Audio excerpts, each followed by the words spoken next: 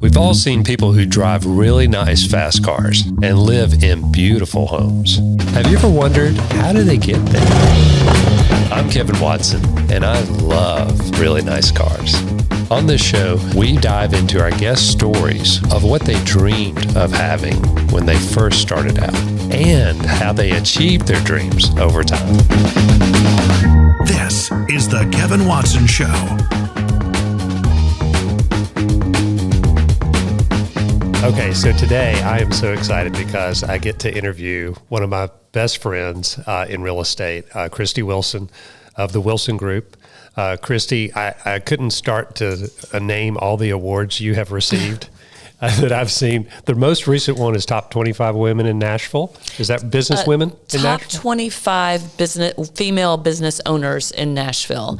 Wow. And we've been on that list for the past 13 years. 13 years in a row. So we're very, and honestly, I couldn't do that without the people at the Wilson Group who support me and show up every day and work hard. And we're going to talk about that because I want to know your secret formulas of how you developed such a great team.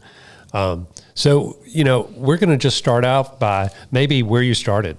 Sure. Just tell us just a brief history of how you got started and maybe just a couple of the pitfalls that you went through and what you learned. Sure. And some of those lessons in life and lessons in business, because we are listening to Christie is for any of you out there, any of you women or men that want to start a business, entrepreneurial spirits, you really need to listen to Christie's wisdom, because I've gotten to know her, and she's got some wonderful ways that she loves on people and shows them how much they matter to her and spreading hope throughout the community in real estate. Thank you. So she's a wonderful friend of mine. So Christie, start it off and tell us how you got started. I think this podcast is over now. I can check out on that. Exactly. No, Kevin, thank you so much for having me, and back at you. I love surrounding myself with people who are optimistic, energetic, and love on other people, and just they put their money where their mouth is. Yes. And that's just how I like to roll as well.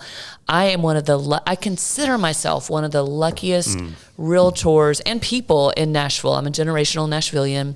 My father started in real estate in 1968. Hal Wilson. Yes. So I grew up sort of in the real estate business, but he didn't. You had no choice. Right? Well, he did it we just did different things. So he was in real estate sales for just a couple of years, and he opened some companies, helped bring one of the first franchise companies, pre-Century 21, to Nashville, called Partners Real Estate. And that was maybe 1975, 74, 75. Anyway, then he went more the educational, motivational route and started Continual Learning Institute. Okay. So he started the school where probably 80% of the listeners to your podcast, if they're in real estate, went to. He started that in 1981. Wow. And then sold that to his partner, Mike Esterday, who still owns it to this day, in 1988, when everything sort of flipped in 1988 and we went into that recession. Gotcha. That's when he started the Wilson Group.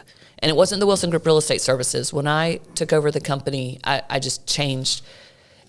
People say, if it ain't broke, don't fix it. Right. Mine was, if it ain't break it and make it better.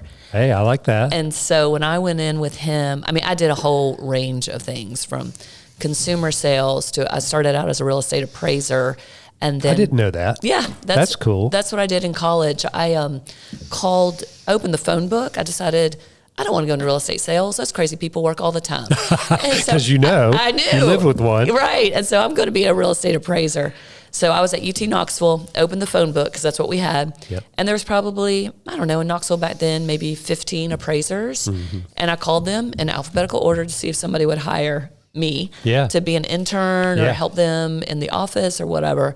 And the guy who hired me was Edwin Yiser. So I got to Y, and the Y hired me. That's and awesome. I went and interviewed with him. The Y. Funny. And that taught me such a great lesson in just, I was 19, 20 years old. I guess I was about 20 at that time, of you just can't give up. You just keep. I was just thinking of being calling, persistent, and no matter what. Right. Consistency is key. Yeah. You have to be persistent and go after what you want. Yeah. And that was my vision at the time. And like you, at that time, we didn't know what visualization was or manifesting or all the buzzwords of today. It was just like, well, we just did the work. This is what I want to do. Yeah. Yeah. So I worked with him for a few years. Got out of school, came back to Nashville, worked in appraisal here. The appraiser who hired me here, Murray Huber with Huber and Lamb Appraisals is still going strong. How about that? Yeah. And anyway, then I did a few other things, including living in Japan for a couple of years, teaching English. Okay. Came back in 95 and went into real estate. Okay. With my dad, or 94, excuse me, it was 94. And Dad's company, the Wilson Group, was... So I think that's when I got into mortgage. Yeah. It was like 27 years ago. Yep. Yeah. 94, whenever that was, 29 years ago. Yeah. Crazy. I know. And so I started the listing and sales division of the Wilson Group. Okay. Took over the company in 07. What is that, 15, 16 years ago? Yeah.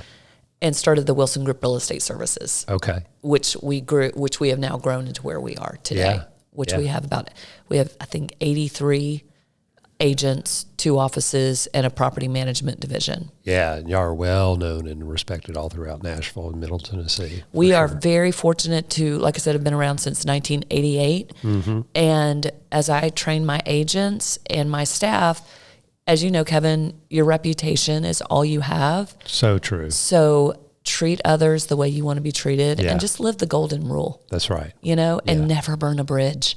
Oh, yeah. Did you see Ted Lasso? Did you watch? I love Ted Lasso. So he's amazing. I love that show. And the best thing in there, one of the best lines is, be a goldfish. A goldfish has the shortest memory of 10 minutes? You're right. It's such a great one. But most people aren't goldfish. Yeah. And they will have a long look back and a short look forward. Yeah. So don't burn a bridge. Ooh, that's a great nugget, guys. You're going to run into people. Y'all need to write that down. You're going to run into people or work with people, especially in our industry. Oh, it's a small world. And again. Yeah. And as the big as Nashville's bends, getting, it's still a small world. That's right. You're exactly right. My dad is an old banker, and he used to have a saying. I love to interject that here. He says, "Be careful of the toes you're stepping on, because it could be connected to the butt you have to kiss later." Ooh, I'm going to write that one down. Where's my book? That's great. So, old banker talk. And you grew up in Alabama. Yes, ma'am. Right. Mm-hmm. Yeah. So Kevin and I have a great back and forth on, on big UT Knoxville girl, and you're a big Alabama fan. Alabama grad fan. So, I love it. Yeah. In fact, we were probably in school around the same time. I think so. I graduated in 91. Okay. So 89 for me. Yeah. So we were some of the school together. Yeah. But so tell me, as you grew, I'm really amazed, because we're blessed to be a preferred lender with you guys. And so I'm amazed as to the quality of the realtors that you have. I mean, wow. Thank you. Every one of them are just very, very high quality. And I know that doesn't come from just going out there and recruiting and selling them. You have to attract them. Right. So what do you do? What have you done to create that type of an environment?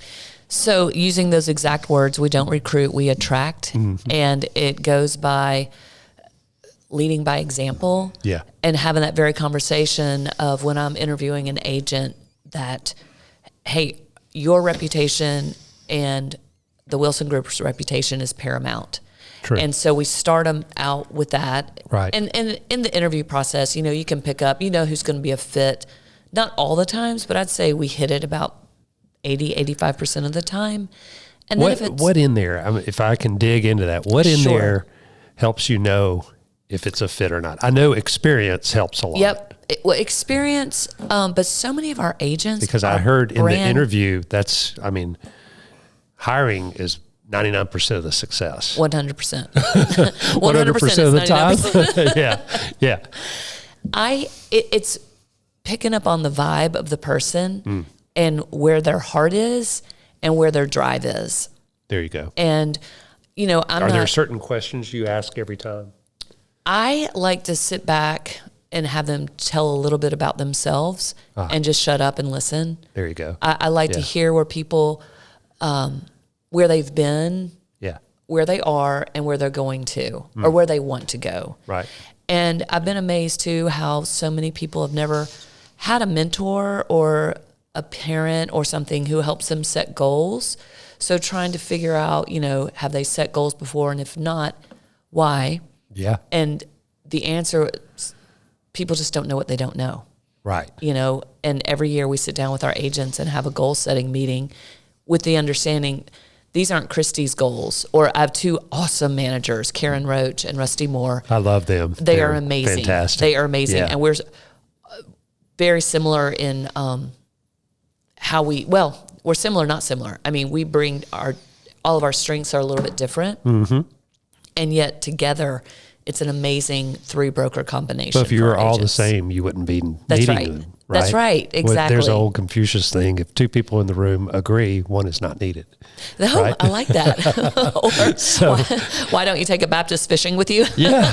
Or why do you always take 2 Baptist fishing with you? Because if you take 1, they'll drink all your beer. But exactly, and if you right? need to edit that out, that's fine. No, I love it. That's a good one. But, I'm an old Baptist. Okay.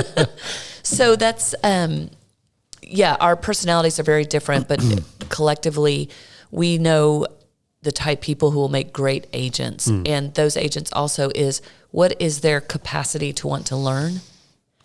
And are they going to commit the time? Are they humble and open to learning? That's right. Yeah. And come to all of our training. The beauty of the Wilson Group is that we are offering some sort of training to all of our agents. You can be a brand new one, middle in your career, or super seasoned, and we are going to offer something that helps you take your business to the next level. Yeah. And it's not just business, it's your personal life. Mm-hmm. As in mortgage lending and real estate, your personal life and your career intersect constantly. Yeah. I think for people to try to compartmentalize those and live separate lives, it's just impossible. You're right. Yeah. Real estate is a lifestyle. It's not a career. For sure. I mean, when you go to the grocery store, you could meet a potential client. Yeah, you're on all the time. You're on all the time. Yeah. And sometimes that's for someone like me, that's just, I don't mind. Yeah. But we have several introverts who work at the Wilson Group too. Sure. That it can be exhausting for them. But they make great agents as well, because the buying pool and the selling pool are all full of different personalities. That's right. And Kevin, you could interview me and 2 other agents to come list your house. Yeah. And it's the person you connect with. That's right. Is who you're going to hire. Yeah. And who you feel comfortable with, because there's such a level of trust you have to have with your realtor. Yeah. To sell your house, to buy your house. And we're not always going to connect with the same person. Right. And the great thing about the Wilson Group is we have the support for all of our different agent personalities. Their one committed personality trait is the desire to learn and the desire to be lifelong learning is one of our missions here too. Right. Yeah. You have to be, and the desire to help somebody. Yes. We really want to help our sellers and really want to help our buyers make the best decision for them. Yep. Right. So I want to bring the most knowledgeable, the most professional, but also the kindest, most caring, pay it forward type agents. Oh yeah. Well, it's so true. I've seen that in experiencing personally my buys and sells with some of your agents, as well as working with your clients. It's been amazing. And it's funny how, you're attracting the right agents, but in a way, the agents that I work with at your office are attracting the right clients. Yeah. So the clientele are just so easy to work with and understanding and humble and grateful.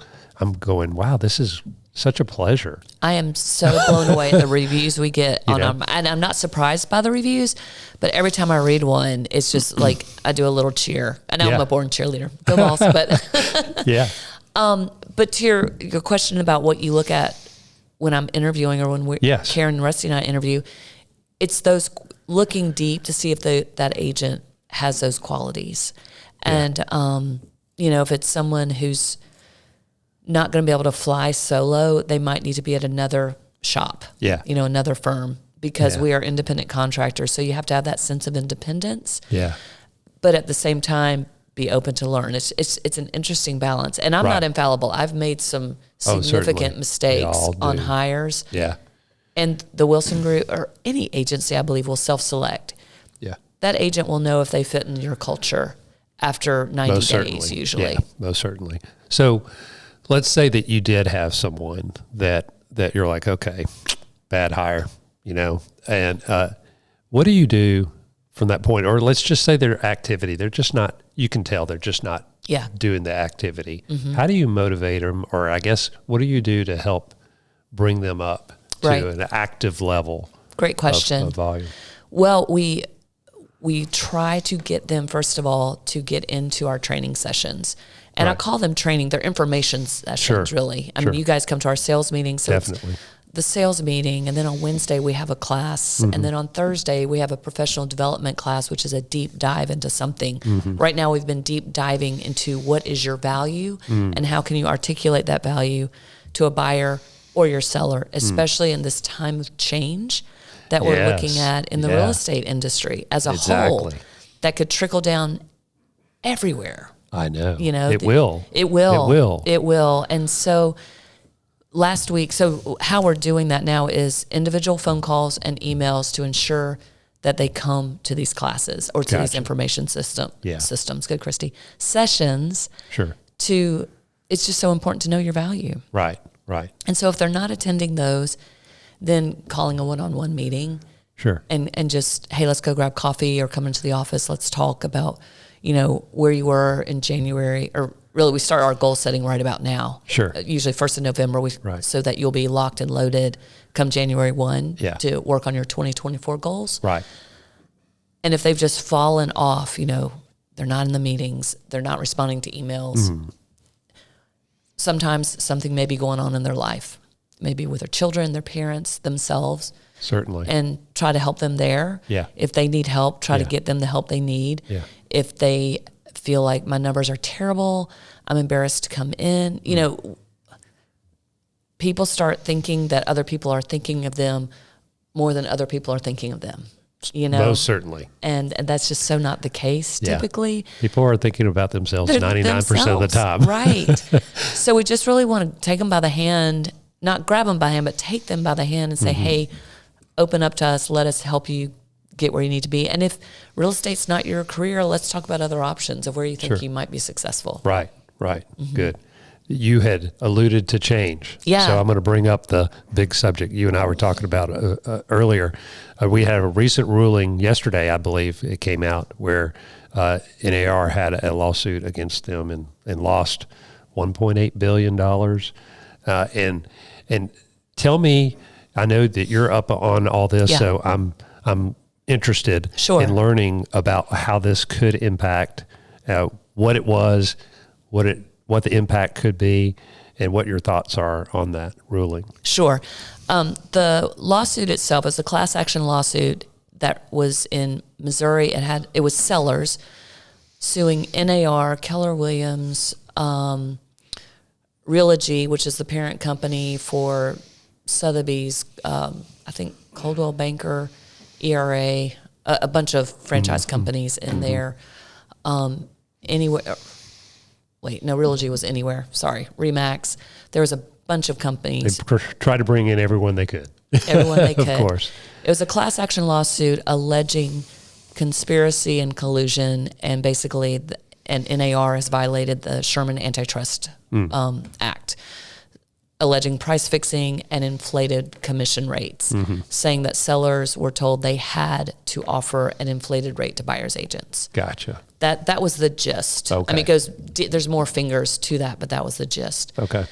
Yesterday, the jury gave a unanimous verdict to the plaintiffs when it was I've seen so many different numbers. I've seen 1.8, I've seen 1.3.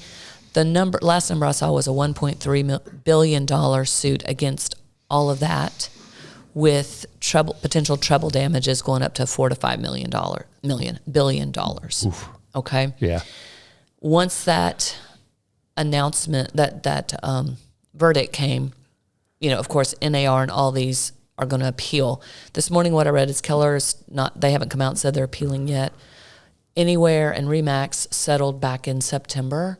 To the tune of Anywhere settled at $83 million. Remax settled, I think, at $55 million. So they're going to, NAR's already said we are appealing. Sure. I don't know what the other companies are doing. after that verdict was also announced, that the lead attorney who sued on behalf of the plaintiffs also turned around and sued at that point Compass, Redfin. Was Zillow in there? Mm-mm. Okay. Because I saw their stock went down enormously. Yeah. Zillow doesn't offer compensation. Gotcha. So they're not a member.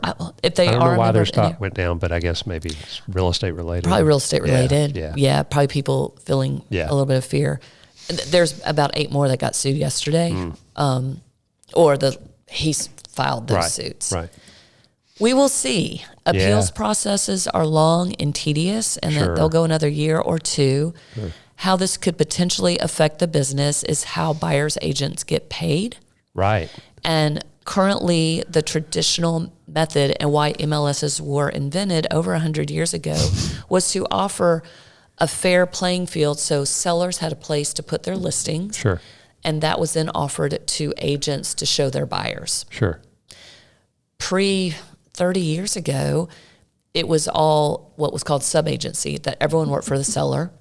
And the buyer's agent, when they brought a buyer, yes, they were being paid by the seller, but they were representing the buyer. Tennessee, 30 years ago, created agency law, where now there are designated agents. So a buyer's agent can have a designated agent, seller's agent could have a designated agent.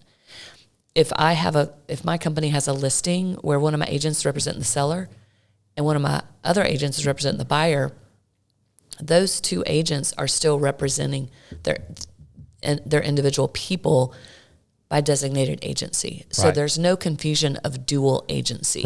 Right? That could potentially wipe this all away. Sure. There's so many things that could happen. Right. But the biggest is the buyer agency situation where if a buyer will have to now, because if the way this goes is they're saying, okay, Mr. Seller, you do not have to offer compensation to a buyer's agent now. Right. Okay. There's no such thing as a fixed commission. Commissions have always been negotiable. Of course. We know what we as the Wilson Group, this is the fee that we want to get. Sure.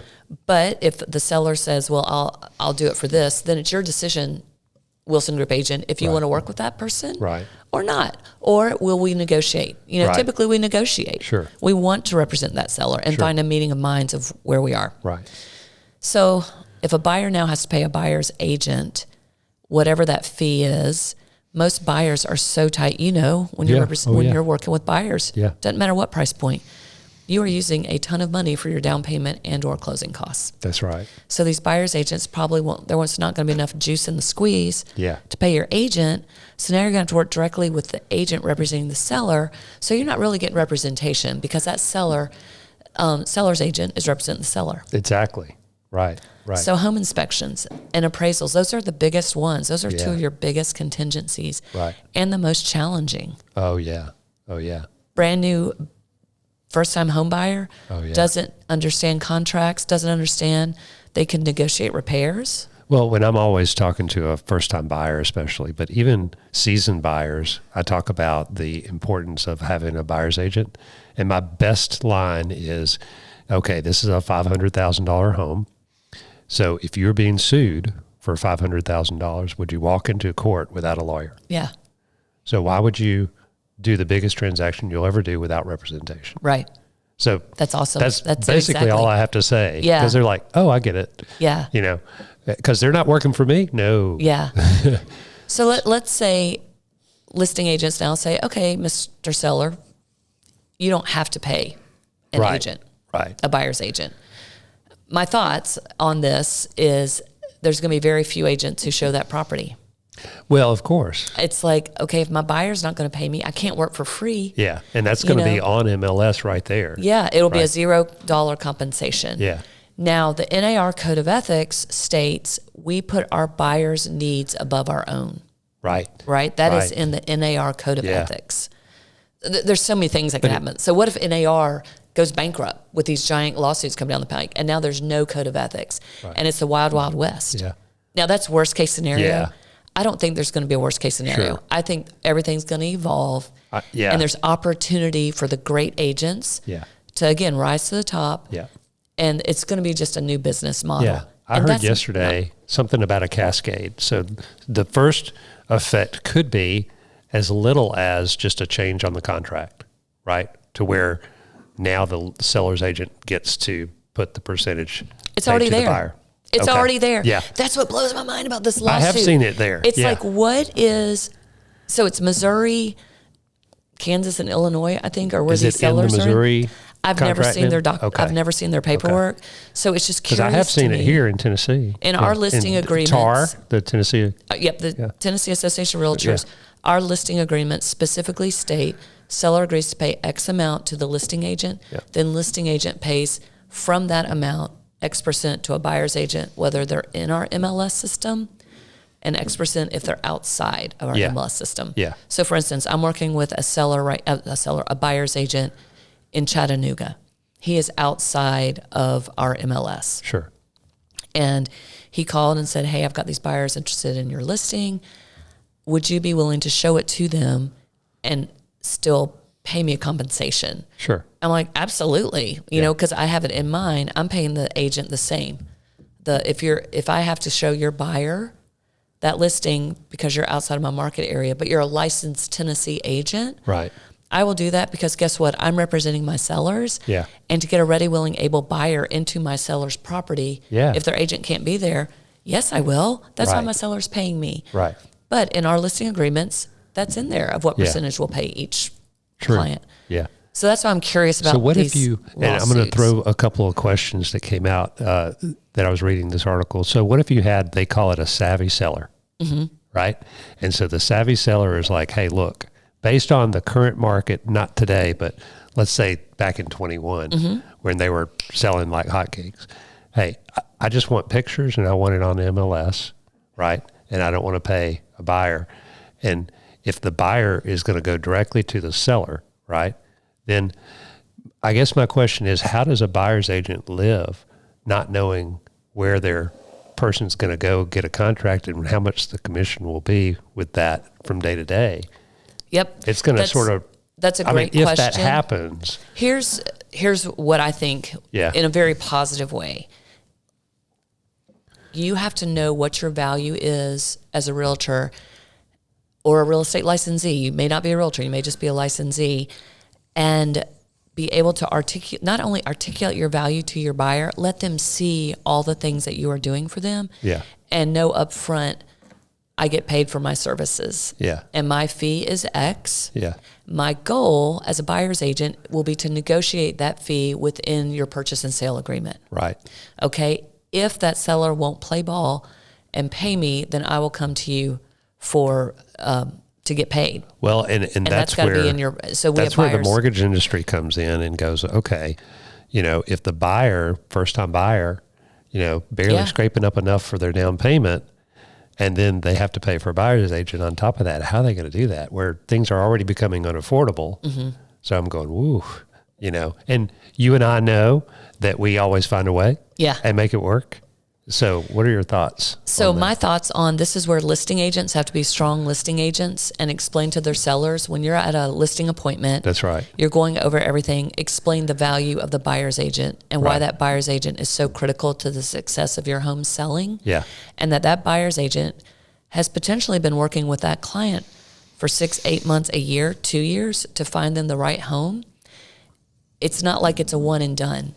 So many sellers think, and it's not that they're being ugly, they just don't know what they don't know. That's right. That's right. It's educating them. It's educating them that, hey, this person has shown this buyer this many homes. Yeah. Your home may be the right one, and they're bringing them to the table, and we negotiate in good faith. Yeah. And we want to pay that agent and to bring you a qualified buyer to get your home sold. Educating them on the fact that, hey, if as a seller you decide to put 0 on the amount you're going to pay that buyer's agent, then what you're doing, like you said, is you're decreasing the marketability of that home. Right. The other thing you may be doing is people that would have to turn around and pay a buyer's commission themselves, you're also taking them out too. That's right. So in a way, thank you. I've never even thought about that little talking point. Yeah. So in a way, you're taking out a large percentage of the market share. Yeah. Just by saying you're not going to do that because they're going to have to, it has to come from somewhere because they are worth it. Yeah. I've been in the business 27 years and I use a buyer's agent every time I buy a property. and I know a lot about real estate. Yeah. Well, if I was listing my own home, I would have one of my agents list my home. Yeah. Because it's a lot of work. They do a lot of work. A lot of work, and you're emotionally involved. Yeah. So if you're a listing agent and you're paying zero compensation to a buyer's agent, then you have a very emotional buyer coming to the table with no agent. It's just going to be tough to get to the finish line. Every now and then, we're very blessed to most of our buyers come with an agent, or we send them to one of yours. But every now and then we get one that wants to be unrepresented. Yeah. And we end up being the unlicensed agent. Right. And saying, hey, every single time we tell them something, I'm not licensed, and they're like, well, what do I do? I'm like, that's what your buyer's agent would tell you. Right. And it's the same so they're going to have to get the advice somewhere. Yeah. Right. And I surely don't want to tell them because I'm not licensed to do that. Right. Right. And same with the title and then I'm companies. liable too, right? So I don't want to get involved in that. So I have to pay the sort of the neutral party on the lender side. So I could see it being a challenge for buyers coming up into the future if the seller decides to do something like that. And I do think it'll lower the marketability of the property. I do. Well, the crazy thing is, like, whatever the percentage that listing agent is putting out there right now, the sale price is not going to come down that percentage that they're not paying. That sale price is still going to be X amount. Right. And now it's going to be higher. And so it's just, I don't know. I'm very, very eager and optimistic to see what happens. Yeah. And we're talking worst case scenario here. Worst case scenario, so right. I think the first cascade, maybe there's just a little clarification on the contract and that's about it. But hopefully that's where it lands. It's just funny because our contracts are already set up. I have seen it on with it. But if my buyer wants to buy a home where the seller is not offering compensation, we have a compensation agreement that's between the listing agent and the agency representing the buyer. Mm-hmm. That's how we get paid, is through that one pager, the compensation agreement. Yes. If they're not offering compensation, there's no need for a compensation agreement. So now I'm writing that into the actual contract. But I've talked to my buyer under the additional notes. It's called special stipulations, and that will say seller to pay buyer's agency X percent or a dollar amount, whatever, at closing from seller's proceeds. Mm-hmm. Because Rusty Moore in my office brought this up. He said if it's a first-time seller and maybe they're working with a first-time listing agent and that agent doesn't know the different things to tell that seller just yet. That's right. That seller may think, oh my goodness, once I get a contract, I have to pay a buyer's agent. Right. Not understanding that comes out of proceeds at closing. Right. So you want to be really clear on how you're going to ask for compensation also. And it goes to the agency. It doesn't go to the agent. Right. In Tennessee, an agent cannot be paid directly. It has to go to the agency, and only the real estate agency can pay pays it out of there. Pays it out. Mm-hmm. Another thing I was just thinking, Christy, along the lines of what we were talking about as far as marketability, if in the contract it shows that the buyer's agent will be paid zero, then we know that there'll probably have to be another part of the contract showing what the buyer is going to pay to the buyer's agent, right?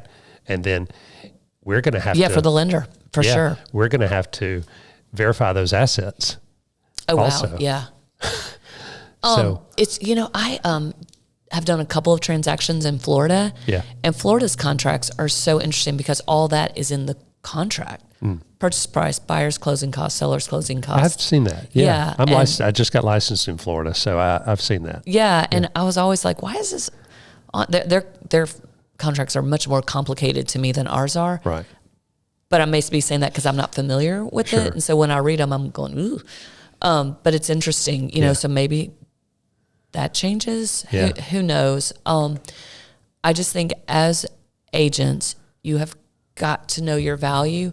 You've got to get trained. You've got to keep learning, keep role playing. I'm such a fan of role playing. Well, and that's why you're doing the values training. I love that you're already on top of that. So you guys know what's coming and you're going, look, use technology because it's great, but don't let it be your only thing. Right. We were just talking about that earlier. Right, yeah. What did you say about social media? Yeah, social media is a tool. It's not the foundation of your business. Right. Your foundation of your business, honestly, is your relationship skills. That's right. And building trust and care, like we're talking about. You have to trust and care. That's why we love Churchill. Yeah.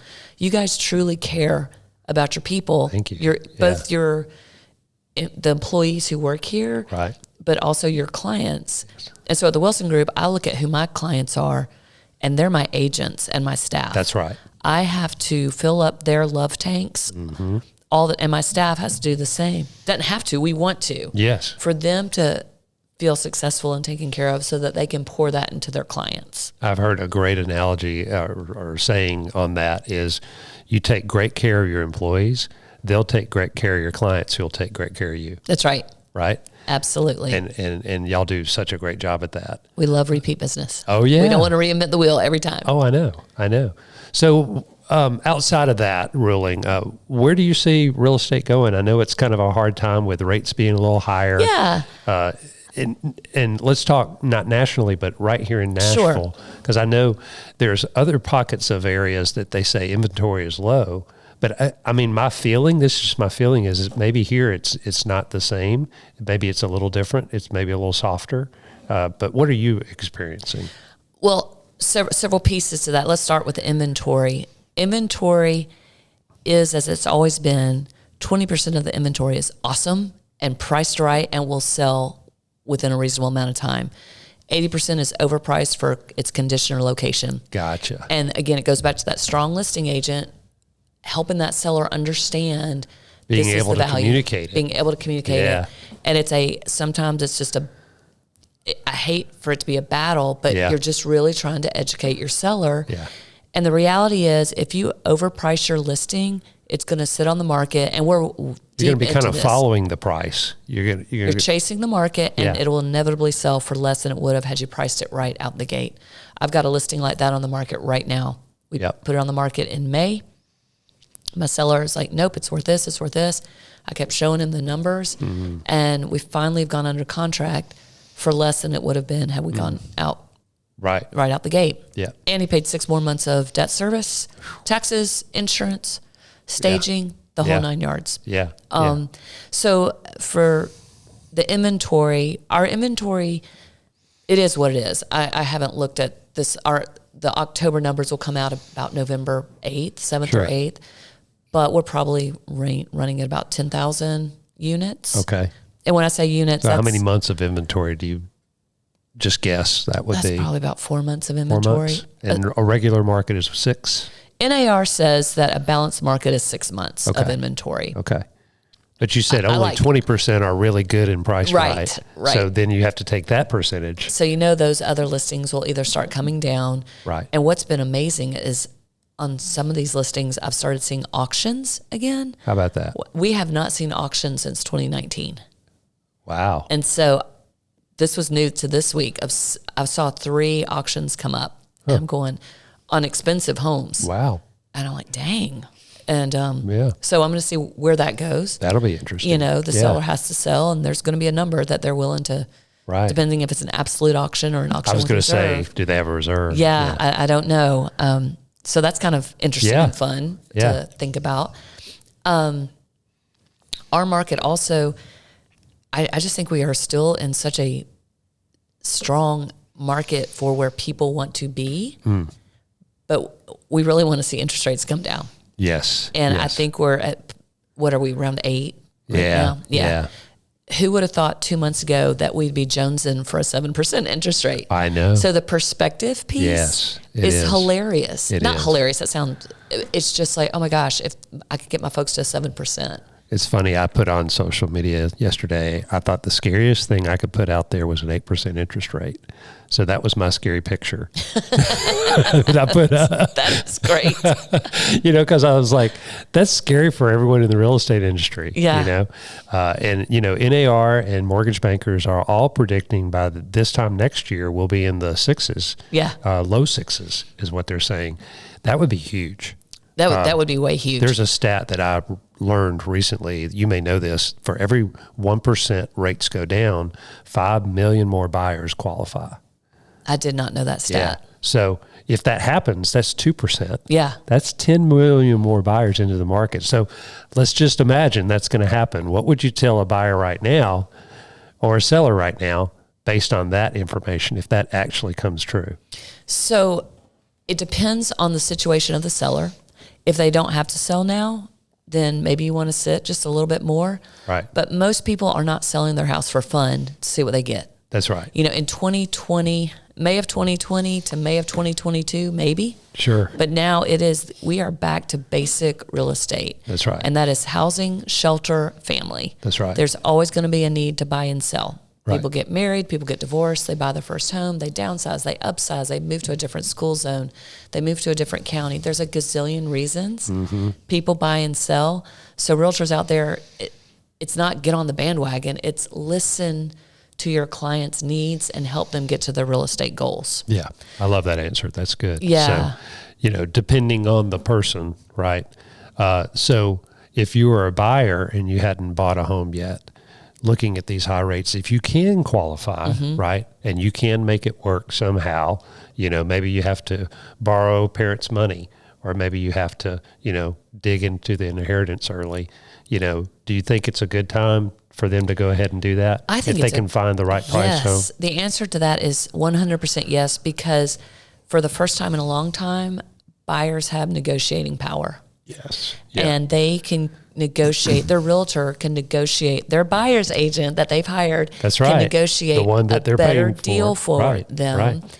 through the whole process. Yeah. And I think what neither buyer nor sellers understand is that your realtor has to sell your house 3 times.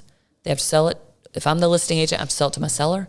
Then I have to resell it to the buyer and the buyer's agent after the home inspection. That's right. Now the perfect house has warts on it, and you have to explain. Yes. And if it's a new agent who doesn't understand construction or housing, you know, you have to help them get through that. And you have to resell it to the appraiser. So you never stop working for your client. Yes. And if you're the buyer's agent, it's the same thing. That's a good perspective. Yeah. It's like you're always think of that. getting your client past the next hurdles. There's just so many hurdles There are. that you have to go through, that it's not you put a sign in the yard, you get the contract, you go to closing. Right. Or it's not you put the buyer in your car, you write the contract, you go to closing. Right.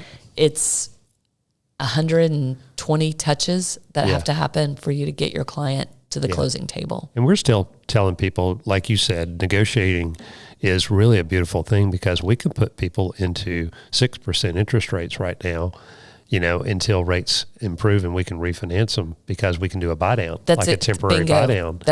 And that is the buyer's agent, if they know what they're doing, can go in with the seller initially and make that offer and get them payments like they're in the 6s right now. Right. And then by the time those rates hike up, we'll probably, most likely, if things are saying what they were thinking, we'll have them refinanced out of it, and they'll never experience an 8% payment. So interesting that you're saying that. This morning I've got some out-of-town clients moving here, and they told me what they were looking for, and so I sent them emails this morning of the different listings that match their criteria. Not a lot. I mean, back to inventory. Yeah.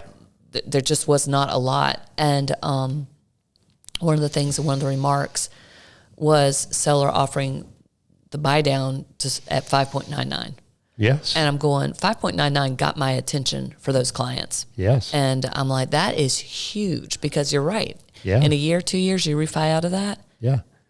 Good stuff. And if it's a temporary buy down, any money that's left over goes back to the buyer. Right. It's not lost. It's crazy. A permanent buy down, you lose it. It's gone. But if it's a temporary buy down, the money comes back to the buyer.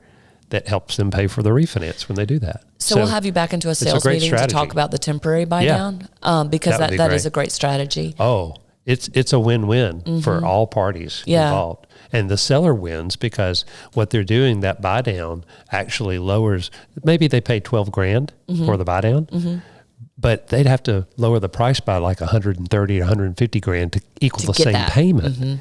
So they're opening the market up. If the buyer's agent and the seller's agent understand that, so they can communicate it to the buyer. Right. Right? That's the main thing. It's the communication piece. Yeah. Know your value. Yeah. Real quick, back to the lawsuit and the trickle-down effect. What you and I have the luxury of having almost 30 years of perspective in the industry. And we've seen the ups and downs, the different business models that come out, both in real estate companies and mortgage companies, all of that. Sure.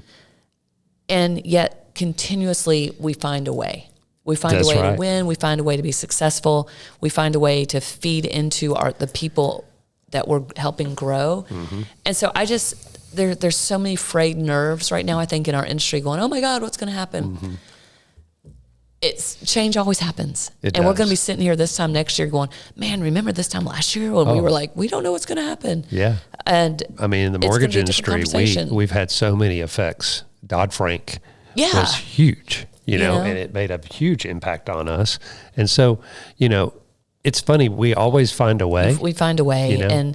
and just know, like, even in this interest rate environment, in 2026, we're going to be like, oh my God, remember 2023? Yes. You know, and it's going to seem like forever ago, but it's only 2-3 years ago. Right. Just like 2020 was so crazy, and that feels like it was yesterday, but that was already 3 years ago.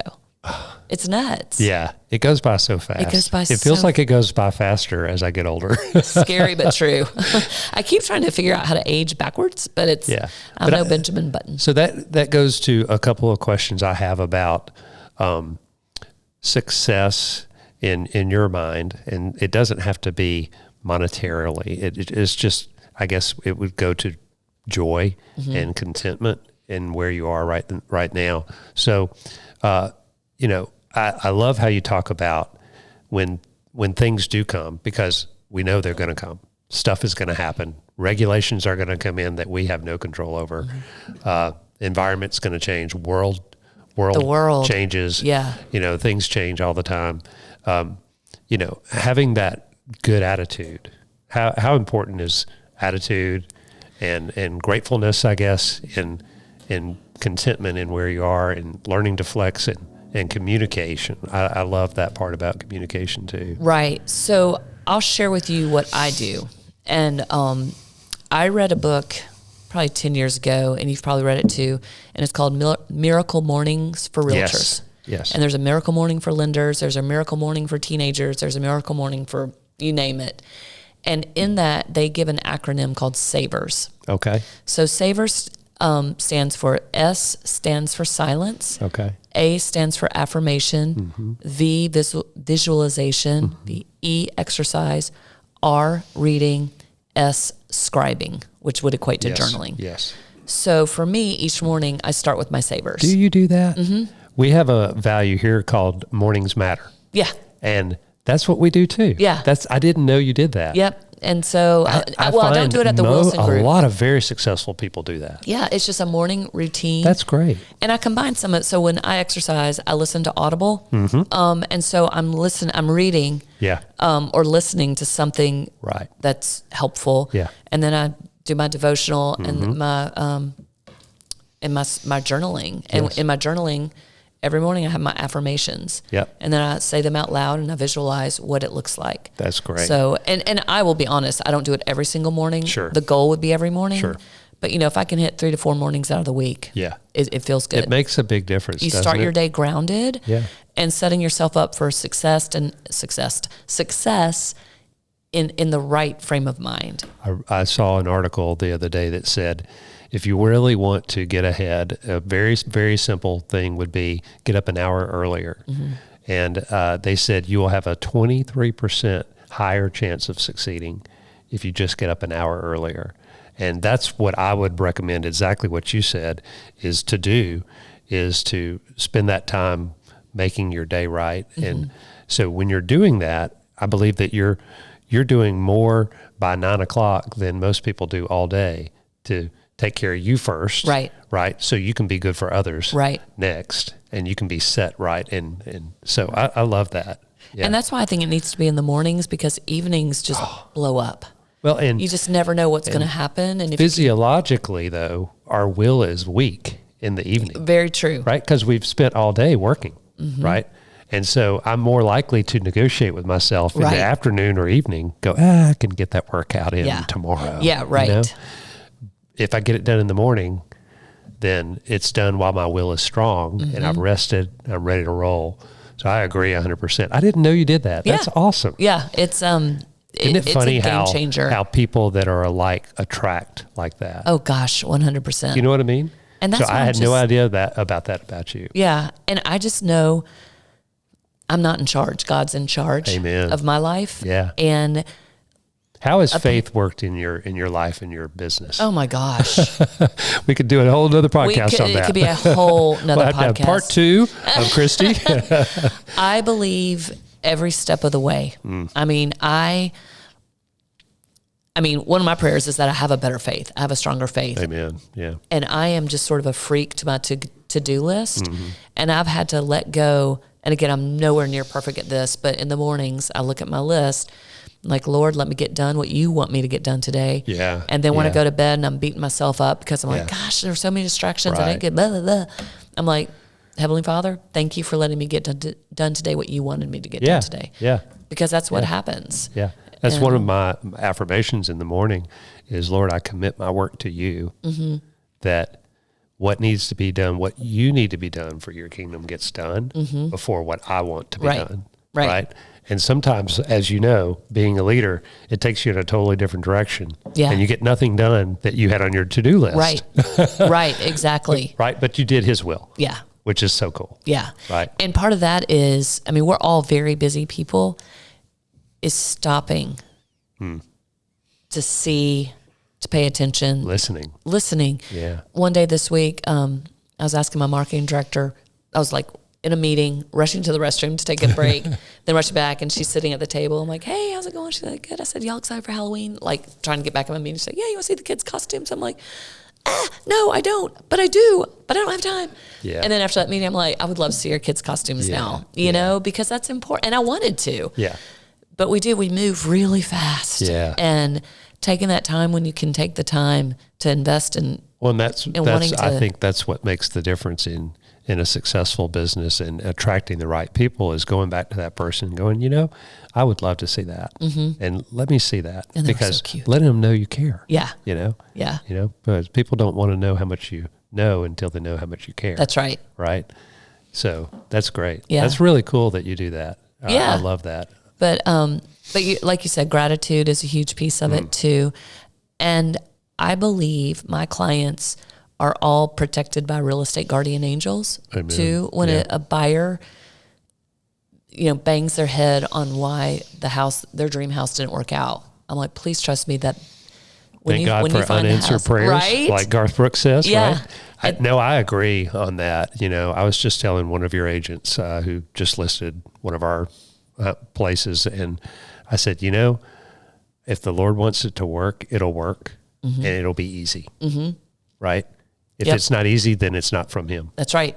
Really. The red flag theory is when a contract's just full of red flags, or an offer is full of red flags, or a client. Yeah. It's like, you know what? You're being told. Yeah. And sometimes God and I have a 2x4, I call it the 2x4 method. It's like, nope, I know. And then suddenly I get hit in the gut with a 2x4, which drops me to my knees. I'm like, you are right. I'm so sorry. I thought I could control this. Yeah. Isn't that cool, where I've had wrestling with God before, where I'm like, no, it has to be done this way. But an offer comes in a different way. And I'm like, no, that's not exactly what I wanted. But then I think about it for a while. I'm like, no, that's actually going to work out. And that came from him. Yeah. And when I listen to him and I just take my hard-headedness out of it and just allow him to do his work, it always works better. It always works better. And just like in those... How do you know when those moments are there? I know that you've got enough seasoning behind you that you can look back and go, that was God, that was God, that was God. But when you're in it, how do you know that? I don't know if I do.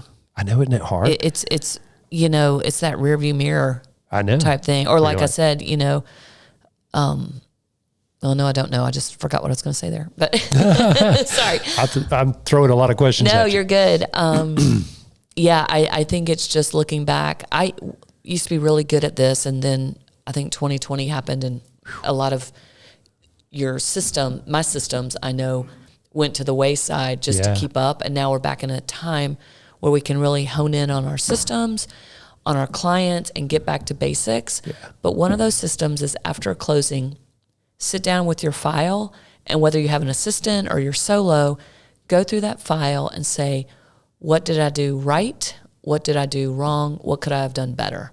I like that. And a debriefing, if you would. And make a list. I think that's a great idea. So that you can see, okay, I'm struggling in this area. Sure. How did I represent my client well in getting these repairs negotiated? Yeah. Or for my seller, okay, we got by with no repairs or whatever. So each aspect of that contract and the transaction, go back through, keep a list, and just, again, that helps you articulate your value and understand your value to your next client. That's right. I love that. And you had asked about communication. I'm such a firm believer in role playing. And you said that, yeah. So how do y'all role play when you have a class? I just put people on the spot. I'm like the old school teacher. Yeah. And I love to teach. That's one thing I got from my dad is I love teaching. And so I'll bring an agent up. No one volunteers. Sure. Sometimes they will. Sometimes they will. And, bring up, and I'm like, okay, I'll be the buyer. You be the buyer's agent. Or I'll be the seller. You be the seller. Or whatever the case may be.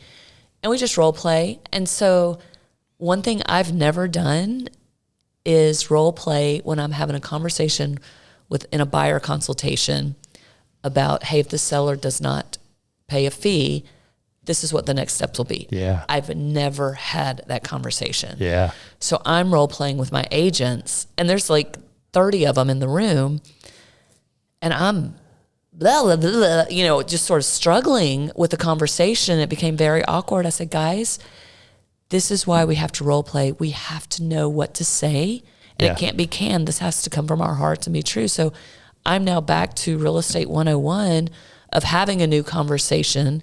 So even though I'm a seasoned agent, the conversation is now changing. That's right. And we have to really understand how to have that to be successful so we can communicate properly with the client we represent. I love that. Yeah. And that goes back to what you said before about being humble and open to learning. Yeah. Right? When you stop wanting to learn, you die. Yeah, right? And it was great because Rusty was there. It's like, see, even she struggles. I'm like, dude, every day. Well, but it's good for our team to see that. Yeah, right? That it's new. And when I'm not asking you to go do anything I'm not in the middle of doing myself. Yep. Right? Exactly. And struggling with the same issues and challenges and things like that. I think that's important. Instead of saying, go attack that hill, as a leader, say, hey, let's go together. Let's go together. Follow me. And we're all learning as we go. Yeah. And heck, rising tides raise all ships. Yeah. So let's raise up together. Right. Let's be the best we can be. Yeah. And we've got to be adaptable to whatever's coming down the path. Right. So I had I also have a podcast. Yes. And, I love your podcast. Thank you. And Studio Bank. So Mike Hardwick's on the board. I think it's Studio Bank. He is. And Aaron Dorn, their CEO, was on our podcast yesterday. Because I was like, talk to us about banking, what's happening at Studio. And we were talking about, I was like, what's your economic outlook for 2024? And he gave such an insightful answer. He's like, we're all just sort of, no one has a crystal ball. Right. He's like, so we're really planning, if you have a worst case scenario, make it worse. Right. If you have a best case scenario, make it better. And let's look at all the different things that could come out of that. Right. And I've been so grateful since we've come out of the recession in 2010, 2011. We keep doing better, a little bit better every year, a little bit better, a little bit better. This year we are trending just like the market. We're 30% off. Yes. Of where the market was. Just like, it's crazy. Oh, yeah. How Middle Tennessee, we're down 30% in the number of sales. Yes. Not in prices. Hear me loud and clear. It's not values are down 30%, That's right. just the number of closings. That's right. And our company's trending like that. And a lot of my other broker friends, we talk, and they're down too. But adjusting for that is, you do have to adjust for that as a company owner. You do. And as agents, your business may be down 30%. Mm-hmm. So what are you as an agent, as a CEO of one? That's right. Because our agents, I don't know if you guys are independent contractors, but they're W-2, but they're full commission. Yeah. So they're same. Yeah. So it's like, guys, we need to really plan and be smart and just hone in on those basic skills that made you successful to begin with, because it may be tough. It may not be tough, right. But I think these 8% interest rates is going to thin the herd of other agents, but it also may reduce the number of buyers you have. Yes. And the longer the period of time your homes are going to stay on the market. Yeah. So know how to communicate. Learn from your peers. Learn from your brokers. I love the role-playing idea. Yeah. Yeah, I love that. And I suggest agents get together, just pair up with somebody. Go to a vacant listing and pretend like you're showing it, and now have that conversation with that buyer saying, hey, I know you love this home. That's powerful. The seller is offering zero compensation. Yeah. Here are our steps so that I can represent you to the best of my ability. Yeah. Per our buyer's agent agreement. Go ahead and know what you're going to say when it comes. Say. Yeah. Yeah. Before you get into the moment. Right. Right? Yeah. Yeah. And because we never want to get in the way of our client getting their home. Sure. But if we work for free, we're out of business really fast. Yeah. You can't. You can't. And it's best, it's in the buyer and the seller's best interest that you don't. Right. Because you're saving our bacon a lot of times. Yep. And helping us a lot of times. I mean, I always tell my buyers when they want to go unrepresented, which is rare, but I say, let's say 90% of the time it goes good. That 10% of the time where there's something in there that is an issue, that's where you need the help. And you don't want to risk that, You just said something that made me think of something. When I have a listing and a buyer calls me, and that's the Tennessee Real Estate Commission, one of the requirements we have is to ask that buyer, are you represented? Right. Because we don't want to step on anybody's toes. True. If there's a signed buyer's rep agreement somewhere out there. So we have to be very, very thoughtful in asking that question. Right. When I ask that question, so many buyers say, I'm not represented. I'm an unrepresented buyer. I don't want representation. So my question to them is, why don't you want representation? Well, that's because I want to save the 3% on my purchase by that seller not paying 3% to a buyer's agent. Right. The response to that is, well, that fee may not be a 3% fee. It's a negotiable fee. And that listing agent has negotiated a fee with that seller.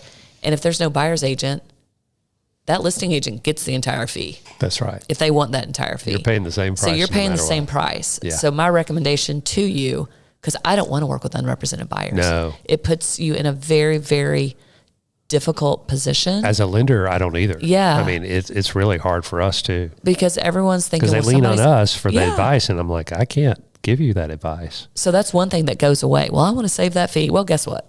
That seller's not paying you a fee. Yeah. So there's a cause and an effect. Yeah. Cause and effect. And they don't understand. And I think you nailed it where you said it's just role playing and communicating, learning how to communicate that best to where they understand it.